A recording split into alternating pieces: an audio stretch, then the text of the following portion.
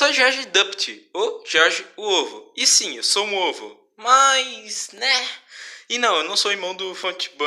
Eu não sei se faz certo o nome dele, mas tudo bem.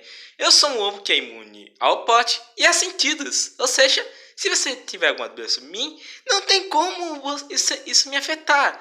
E tá bem, eu tô indo pegar vocês. Então, por favor, sejam muito bem-vindos, novos amigos. E agora vamos jogar um jogo. E vocês vão ter que basicamente me vencer nesse jogo. Mas para isso, vocês vão saber sobre as regras e tal. Indo mais lá pra frente. Mas, tudo bem.